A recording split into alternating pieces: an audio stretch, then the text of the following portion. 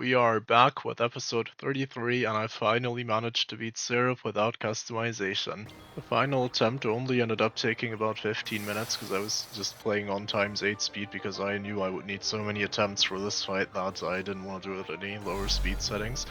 However, the rest of the video I figured it would be kind of a shame to just, let those 15 minutes run because it's such a big moment for the run and I wanted to explain everything and stuff, so I will make a bigger video out of this. So for now, just have a look at these random attempts I did end up recording that weren't very successful, either because I made a mistake or because I wasn't lucky enough, and then I'll basically just explain over that footage how my strategy evolved over time and what I ended up doing and all that stuff, and then I'll just do a voiceover commentary for the final successful attempt, and that's basically gonna be this video then.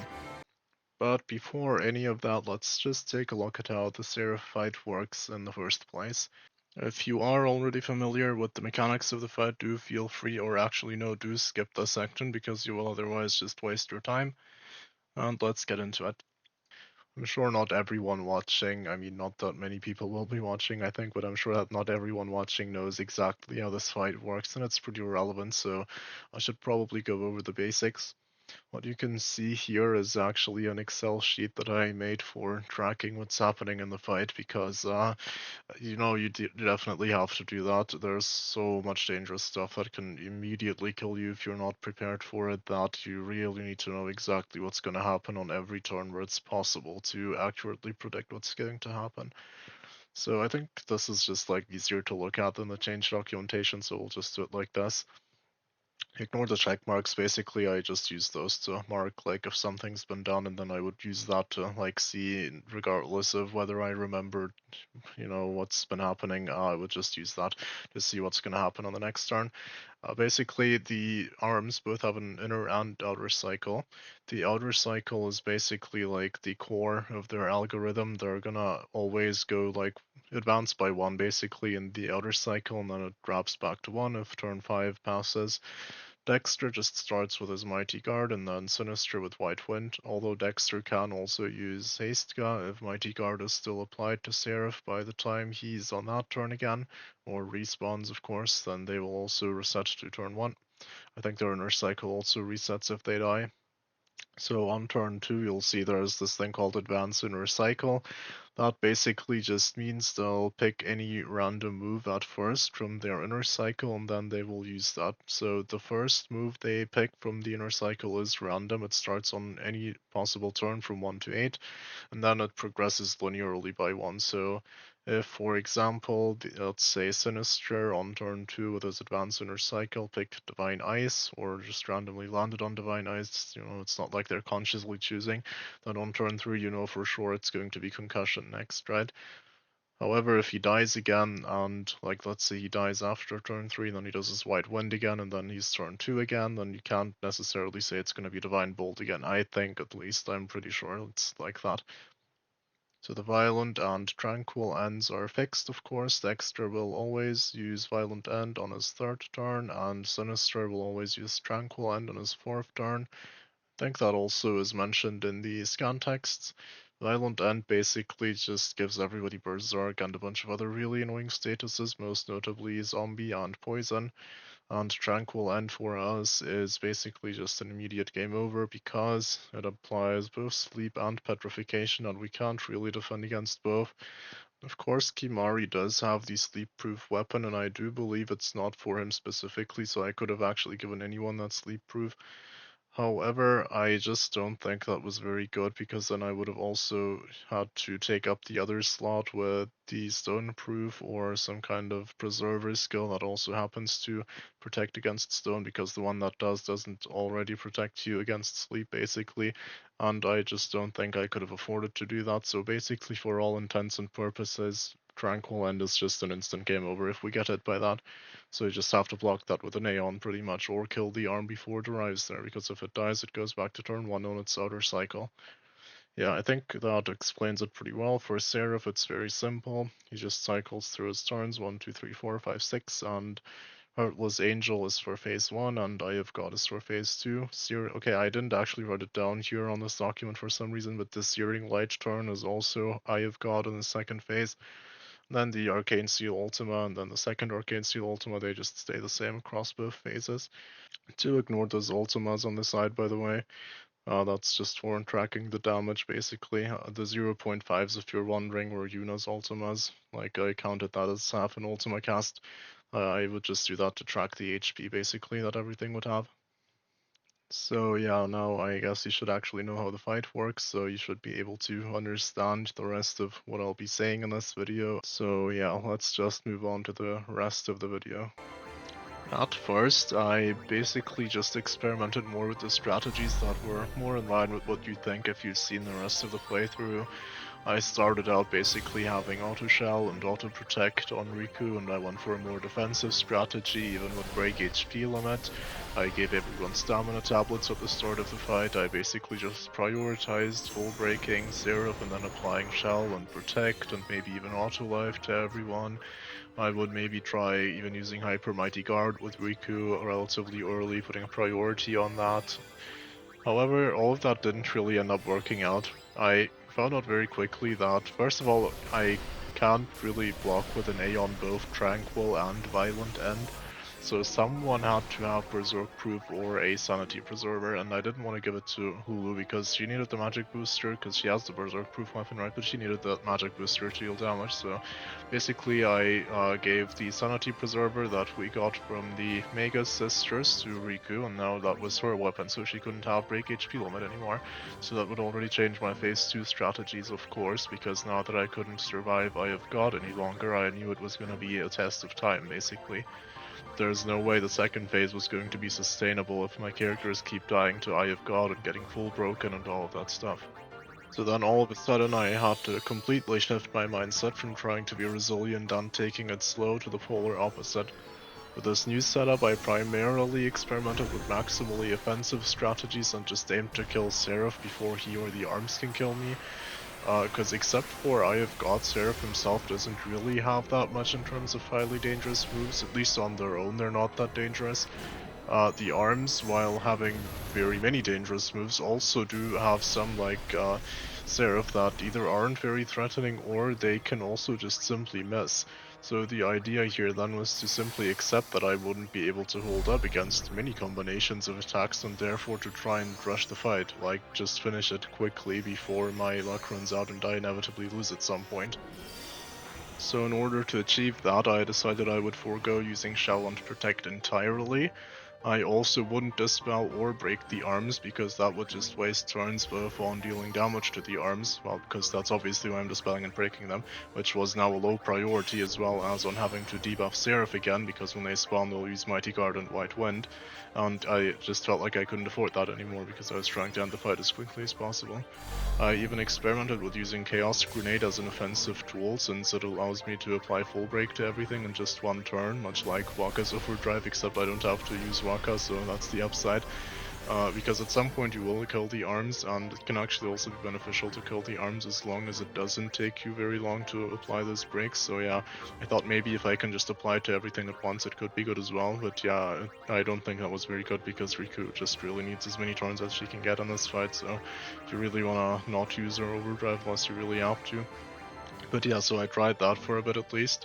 However, as you can imagine, such a simple strategy didn't end up working very well. Maybe with perfect RNG it would be possible, but realistically there just ended up being too many attacks that I had no choice but to defensively prepare for, and then that just ended up making it so that the enemy would inevitably get way too many turns basically, and that would allow them to pretty much always hit one of those lethal combinations that I couldn't really survive against, and then my attempts would end. For Dexter, what you have to look out for mainly are Doom and the full breaks. Dexter is a lot less dangerous than Sinister. The Doom obviously is very bad because 5 turns, like you have a Doom counter of 5, that sounds like a lot, I know. But remember, I'm using pretty much only rank 1 and rank 2 actions for like 80% of this fight because I have to in order to keep up with Seraph. It doesn't really look like it because I'm getting kind of decently many turns, but yes, Seraph is actually very fast. It does have the fastest tick speed possible in the game, at least in phase 2, so way above anything that my own characters could have, so actually 5 ticks down super fast, you die very quickly with a Doom counter of 5. Yeah, in the full break, obviously, I mean, if I get magic broken on Lulu, I have to reset. If I get mental broken, I have to do something about that, or my characters are just gonna die. So yeah, I couldn't just ignore that, obviously. And then for Sinister, it's mainly Divine Ice, Calamity, and Concussion. The Divine Ice does apply Magic Break, that's why, and then Calamity applies Full Break, of course, then it's not dodgeable, unlike the Full Break. And Concussion is a lot of delay, I think, mainly, and it does also inflict confusion, if I'm not mistaken, but the confusion isn't so bad because the character's also getting delayed, and if they're getting delayed, then they won't take their turn while confused because you have plenty of time to give them a remedy. But still, the Concussion is pretty bad because you just lose those turns, it's just the confusion part is not that bad. Yeah, so if you have really good RNG though, there can be very many turns that you could get between Dexter's dangerous moves, basically. If Dexter behaves optimally and misses both full breaks, you'd have at most 5 inner cycle turns before something dangerous happens, which is really plenty. And do remember it's 5 inner cycle turns, so there's also a lot of outer cycle stuff there. However, Sinister will only give you at most 1 inner cycle turn between uses of Calamity or Concussion, and even less potentially with Divine Ice in the mix. So if you're really unlucky, you can just get a sequence of Calamity, Divine Ice, Concussion, which is just an immediate run ender if you're only doing the bare minimum in terms of defense. And so I ended up concluding that such a strategy is either impossible or at least would require ridiculous amounts of RNG to win with, and then I had to shift to a different strategy entirely. For my new and revised strategy, which you will see in action in my successful attempt, as a bare minimum I would need Null Frost against Divine Ice, which applies Magic Break as I just said, if I'm not mistaken at least. If it's actually another element that applies the Magic Break, just replace Ice with that in your mind. The reason it doesn't matter is because I ended up also needing either other nulls for Mental and Armor Break, which would be Tide and Shock respectively, I think, or to reactively use Lunar and Light Curtains on characters that get hit by those after they get hit, of course, that's why reactively, by the time Seraph uses its next Arcane Seal or Ultima, because those moves will just kill you if you're at 0 defense basically without Shell and Protect, even if Seraph himself is full broken. And since I figured out it was easier to apply all the nulls than give my characters Shell and Protect, I decided to just go with a Tetra null strategy, and that's why it doesn't really matter if Ice is the correct element here anyway, because I ended up blocking them all.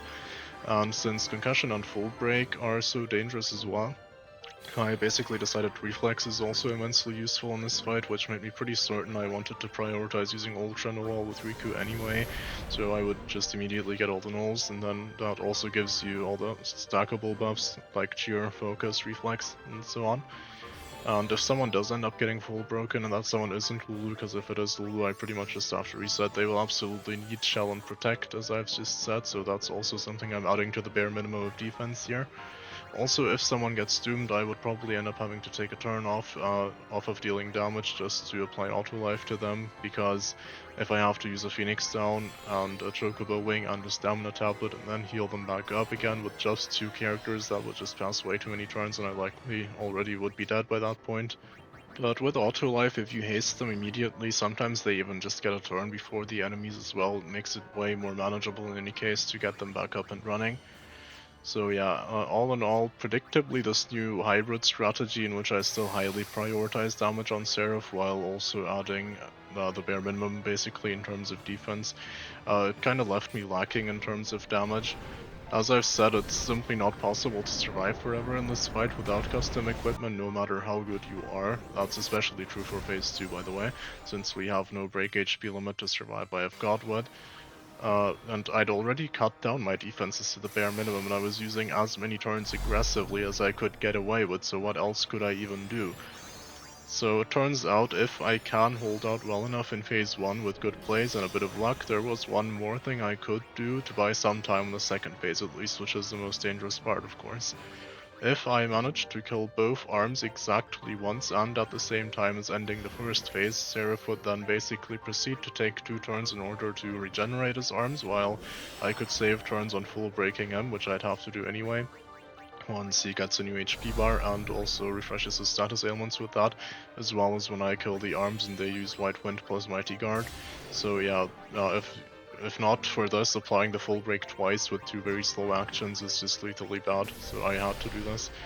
And once I came up with that plan, it was basically time to just do a bunch of testing and calculating to figure out the perfect way of dealing damage to Seraph and the arms to set this up so that, you know, they would die at the right time.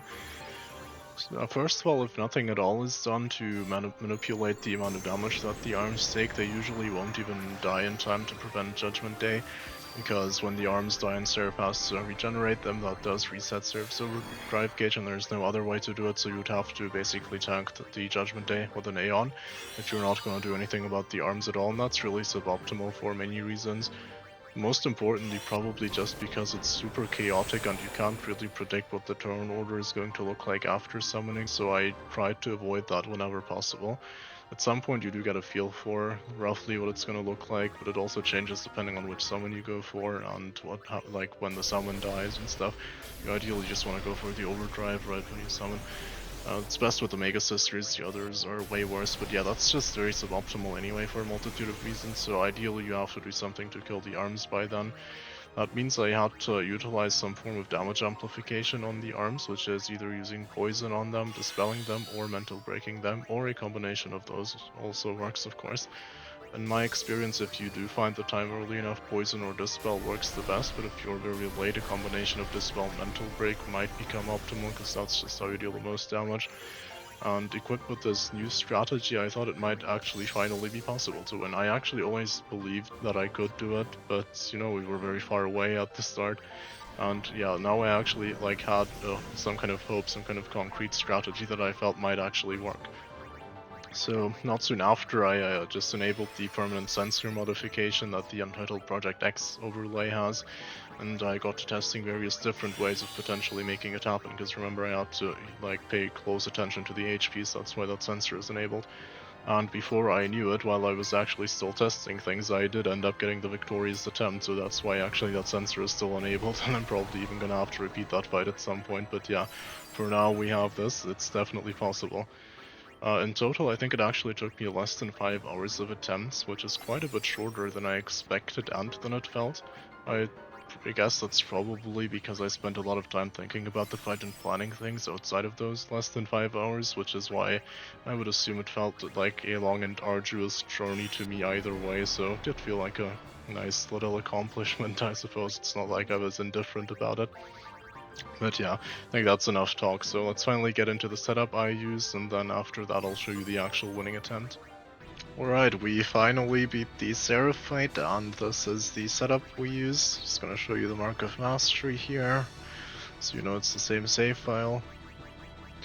For equipment, for Riku we definitely needed the Sanity Preserver because there is both Violent and Tranquil End, and my strategy was to pretty much just block the Tranquil End always with an Aeon or kill the arm before it uses that, because that's on turn 4 of the outer cycle of the arm, which is Sinister I believe, and then Dexter should do the Violent End, which is however on turn 3 of his cycle, so that's the more difficult one to avoid, which is why we needed the Sanity Preserver, so that Riku does not get berserked and she can help everyone else with remedies, quick pocket remedies. Then this ended up being very essential actually. I thought I would use the crazy Yojimbo drops to just make break HP limit equipment, but first of all I ended up using Yuna as a secondary damage dealer, so I couldn't actually give her that because she needed magic booster.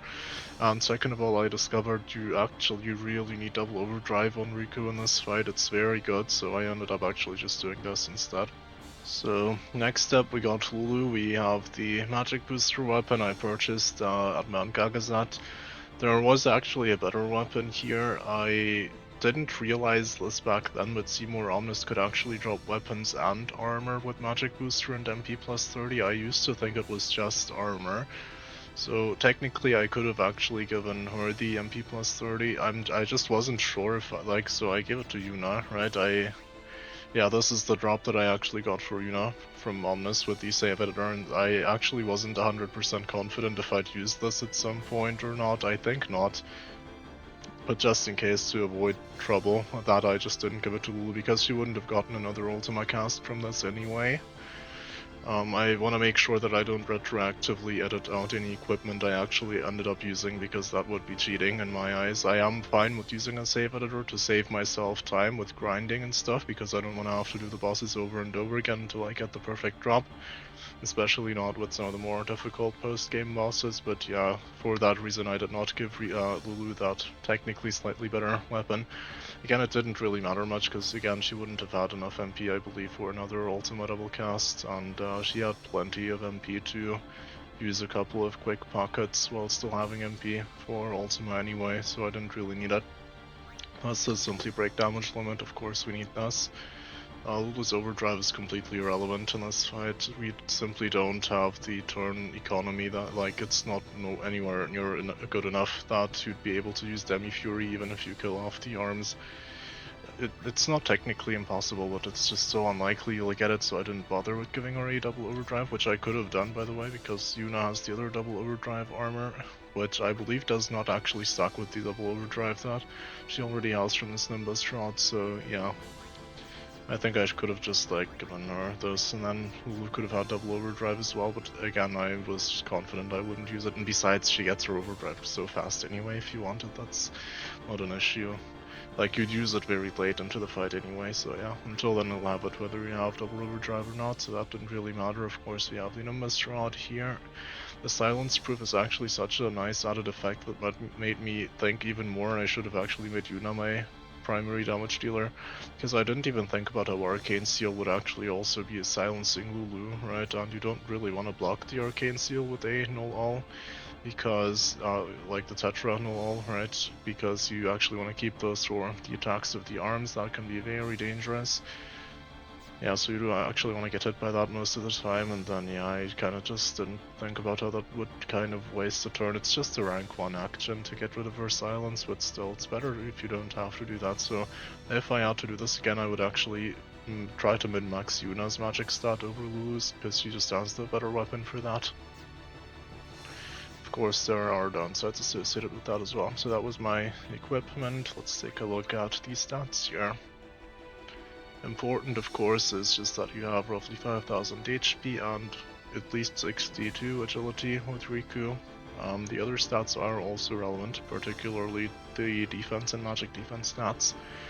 If you've actually seen the playthrough, you would have seen that I invested actually a lot of money into raising the defense and magic defense stats for characters here, and that's because if they get broken, if they get mental or armor broken, then of course that's not going to matter at all, but if they aren't broken, then you'll want them to be able to survive these attacks that the arms as well as Seraph have relatively comfortably without having Shell or Protect, because early iterations of my attempts actually revolved around more defensive strategies, and I tried using Shell and Protect, but actually I just found out you really don't have the time to do that, so yeah, it's better if you don't have to rely on Shell and Protect, and for that you're going to need decent both physical and magic defense.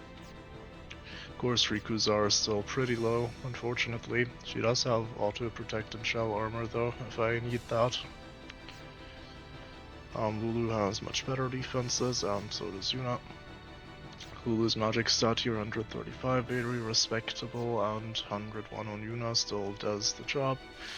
Yuna also has the highest possible tick speed, while Lulu does not. She just needs to hit the 44 agility as a minimum benchmark. Also, high evasion is very relevant in this fight. I'm not sure if that actually happened in the successful attempt anymore or not, because I'm recording this like an hour or two after. But in many other attempts I did end up dodging full breaks and concussions and that kind of stuff quite a bit actually, especially with the +5 reflexes you get from Ultra and all. That's a very big priority in this fight. Yeah, it really helps, like, it can just end an attempt if the wrong character gets full broken. Concussion is less bad, but if you get hit by full break it's super bad.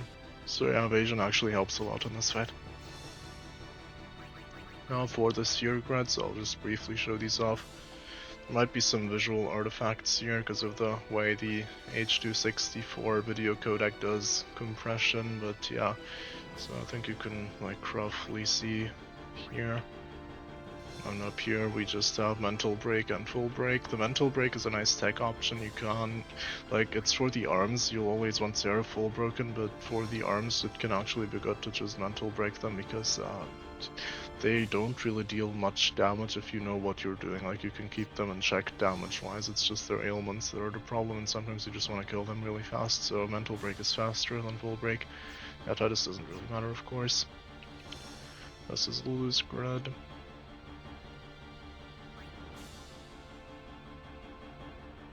She also has the full break up there, and so does Riku. And this here is Riku's grid. She does have Bio here.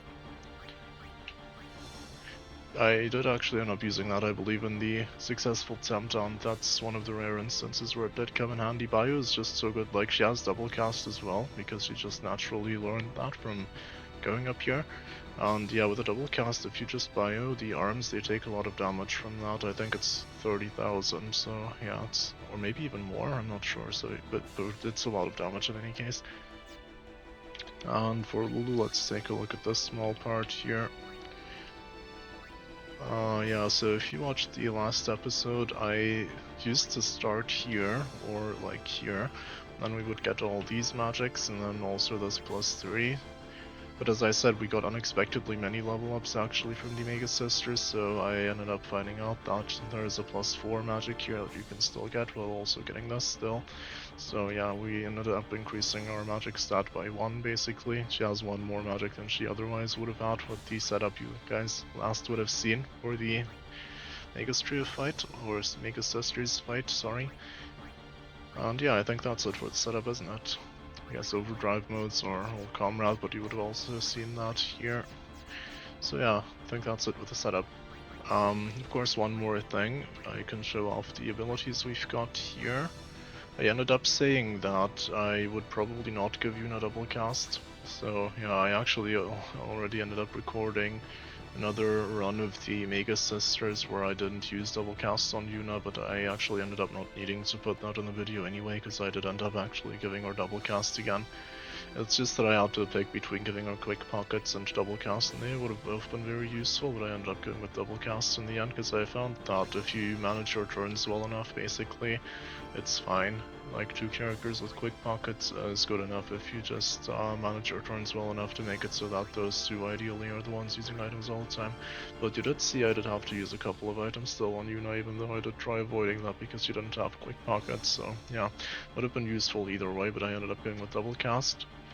And yeah, I think that was it basically for the setup. Now enjoy the rest of the video. Okay, here we go. This is gonna be the successful attempt now. At the start, of course, I'm just gonna do the turn manipulation stuff, nothing unexpected. Gonna start with the Chocobo Wing and then slow the arms, of course. Then I have to set up, obviously, these stamina tablets, because they're just necessary in order for me to survive some of these moves here.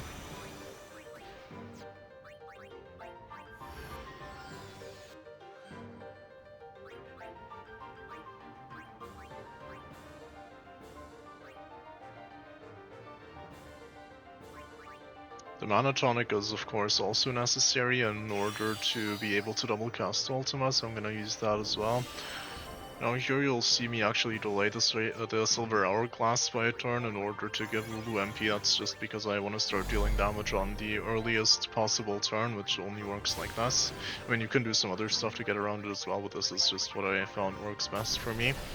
So this lets Lulu use Ultima immediately. And I'll of course give her MP back. So after this Arcane Seal we can just use Hyper Nullall with Riku, which is extremely important for the mentioned reasons.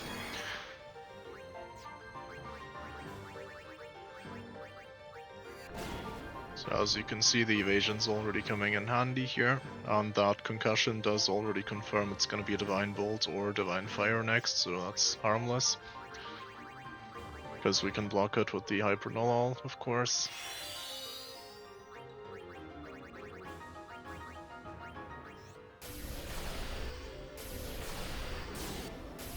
That was a full break. That also means the next move of Dexter is going to be harmless too, just another Penta spell, that shouldn't deal much damage.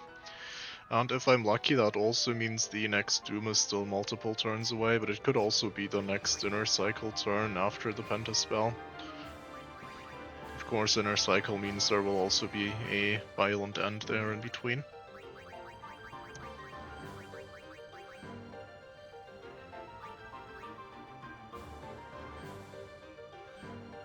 Yeah, since Ultima is so slow, this is of course also the perfect time to start amplifying my damage on the arms, so I'm gonna Dispel here.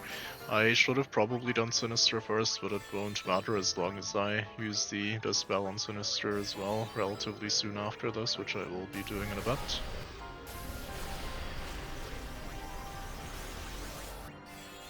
So the incoming Searing Light here is not very dangerous, you just have to remember to cast Holy Water, I guess use Holy Water on Yuna just in case that Sinister gets to his 4th turn, because that's Tranquil End and I will die to that obviously. So now this is a crucial turn. I was considering double casting here. But yeah, it looks good, but I've actually lost multiple attempts already doing this. The problem is it's going to be Violent End, of course, here coming. So I do that. The problem with that is just you want to make sure you can fine-tune the turn order after Violent End. So if I use double cast now, she won't get to act until after Dexter, and then I might not be able to arrange the turns like the way I want. 2 characters to use remedies for the Violent End is fine, by the way, since I already know Sinister won't do anything dangerous, it's guaranteed. Lulu can use double cast here, I just don't want to use it with both, right? However, the next inner cycle turn will be Calamity, and the next outer cycle turn is Tranquil End, which are both terrible. So we'll want Sinister dead soon, but of course not too soon, because it still needs to be at the same time as the start of the 2nd phase.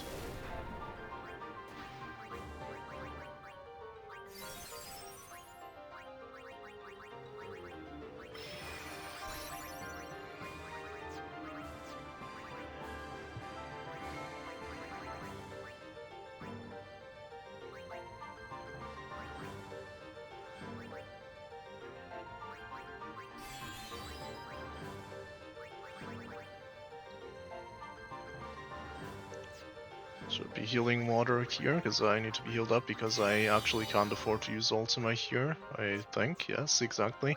So I can't afford to kill Dexter here, because this wouldn't give me enough time to actually push Seraph into phase 2 and then also kill the other arm. So yeah, I don't use Ultima here.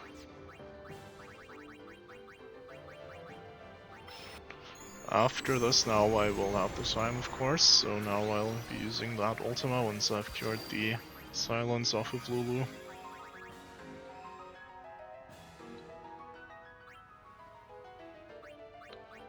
So Yuna's Ultima helps here. It could have also been okay to Mental Break with her though. I just would have had to use an eye drop on her first.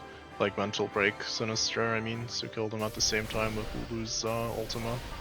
Would have been more than enough. But it works either way, it's okay. So this is a very crucial moment here. The whole point of stun locking quote-unquote Seraph for a while here is that it buys time, because I can't really attack him that much because I'll have to, I mean, this is he's gonna get pushed into phase 2 anyway, and then after that I can't really be breaking him yet because that would waste turns. So I can, however, use these turns for defensive actions that I otherwise wouldn't have time to do. So yeah, this is pretty much the only safe chance you're likely to get to use the more luxury buffs like Auto Life applied by Hyper Mighty Guard here. And yeah, without doing that, the attempt almost certainly would have failed, like my past ones where I didn't do this. And yeah, now that both arms are dead, we have fully committed to the race against time to burst them down in phase 2, so there's no more time to waste.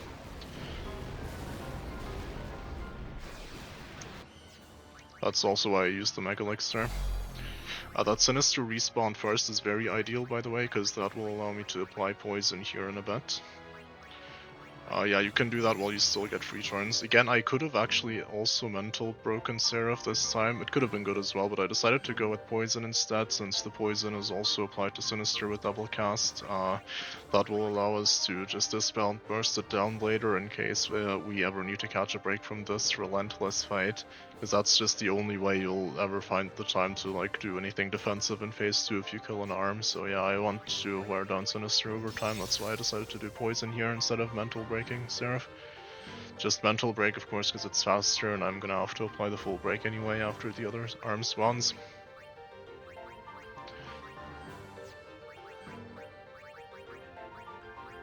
Yeah, I was checking the nulls that I need to reapply there, by the way, that's why that turn took so long.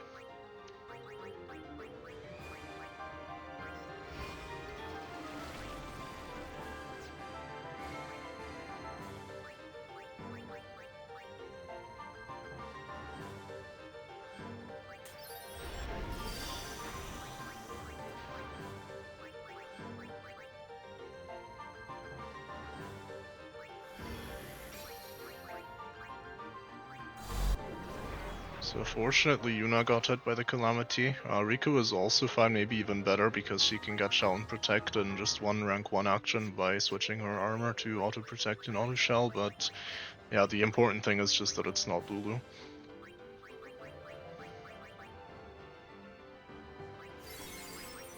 Of course the full break is just necessary to not die in this fight, so that's a no-brainer.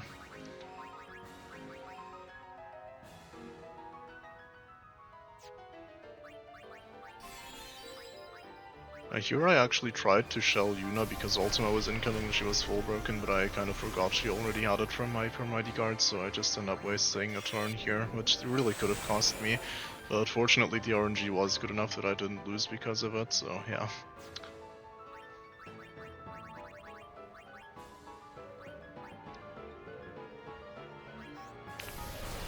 Just attack whenever I can here, of course, because it's a race against time, as I said. Can't survive for very long. So the next move here is Eye of God, which I can't defend against anyway, except with Riku actually by switching to her break HP limit weapon and then proccing regen, which she still has, but this was still a relatively normal attempt at this point, so I was fine with pushing my luck a bit, and just setting myself up for greater success in case she doesn't get hit by it, which, you know, really paid off in the end. Because Riku not having MP to use quick pockets is really bad if she's the one who has to help with getting Yuna back on track, and obviously healing Lulu is mandatory because she needs to kill Seraph as soon as possible. And yeah, as you can see, I'm barely getting time between Seraph's turns here, and that's exactly why Auto Life is pretty much mandatory for this fight. So I think I decide to give Yuna the Tetra Elemental here for the incoming Arcane Seal, yes, exactly, and yeah, that ended up definitely saving the run because she would have certainly died to Sinister here otherwise, because it was guaranteed to be either Divine Ice or Divine Water after the Calamity. And yeah, those deal a lot of damage if you don't evade. The characters can normally evade them, but remember Yuna died so she doesn't have the reflex stacks anymore, so yeah, I can't really bet on that. I could bet on the opposite if anything. I did think about Remedy here, but it's again just gonna be Violent End, so we're about to get poisoned again anyway, so the HP is much more important. The Mega Potion here wasn't necessary, I was just a bit worried about Yuna, but she did need to use a rank 1 action anyway, so like might as well. I did arrange the turn order perfectly here, thanks to the rank 1 action, because now I'll save time with not having to use remedies with the regular rank 2 item command, which really matters in the second phase. And now Yuna does need Shell again, because the Divine Water applied Mental Break to her, and I can't afford for characters to die.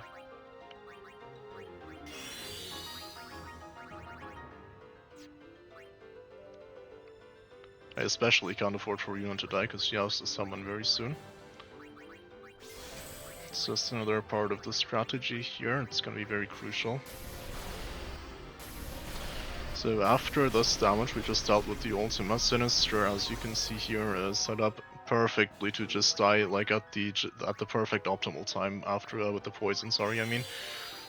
So it's gonna be a Delta attack here, and then Seraph's now accelerated Judgment Day turn from being in phase 2 will kill my Aeon, then just give me so many free turns right after, because then, you know, Sinister is gonna die to the next Ultima as well.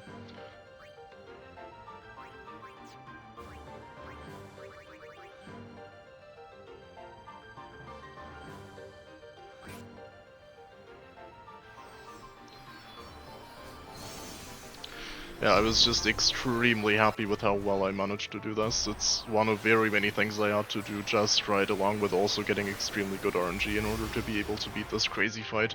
So them dying to Judgment Day after this Delta attack here leaves me with not having to wait out the turn delay between Seraph's turn and theirs.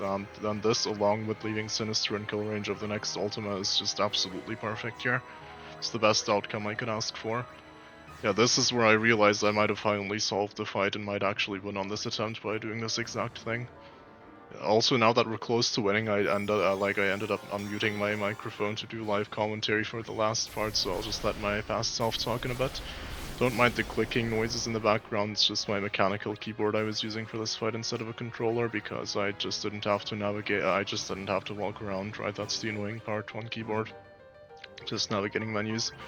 For the record, I could have used Mental Break here again, actually, after White Wind gets used, since the next attack is Eye of God, but it's extremely risky because that makes me 100% committed to killing Seraph before his next attack, which I didn't want to do.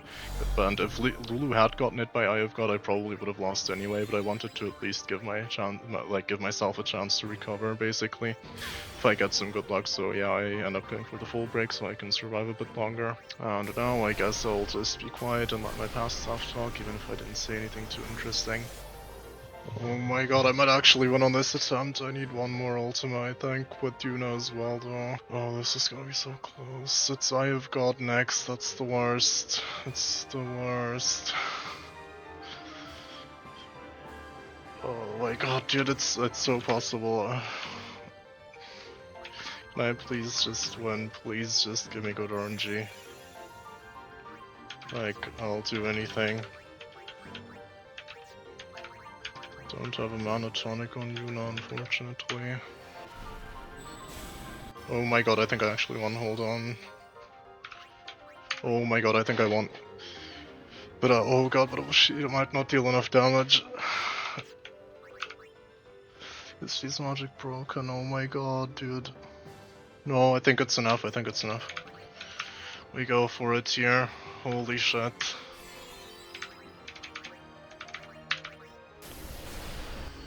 Oh my god, it's enough. Holy shit, I did it.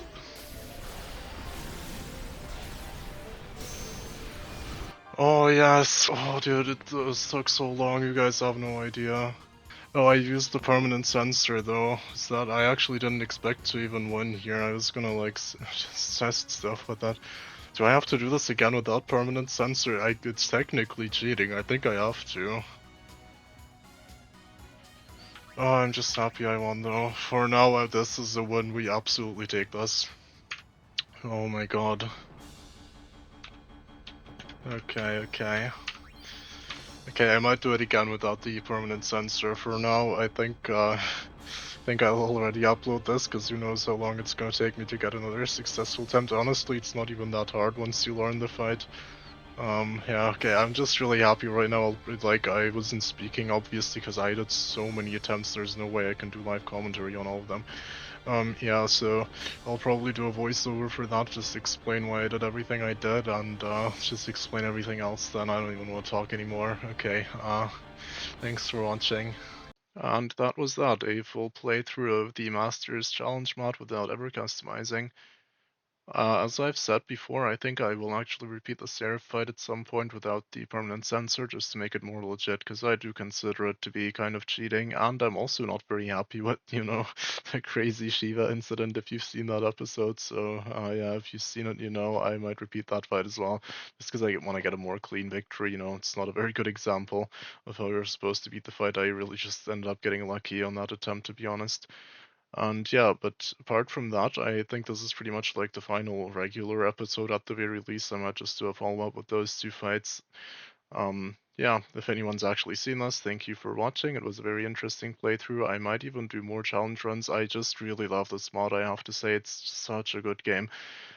I don't think I really want to get into some kind of review thing here where I speak too much about my experience with the mod. All in all, I might leave some comment on the Nexus mods page of the mod to document my challenge run a bit more. I think there's definitely a lot of interesting insights I've gained about how the game works, and how I would maybe change some things, or what things were really good about the game.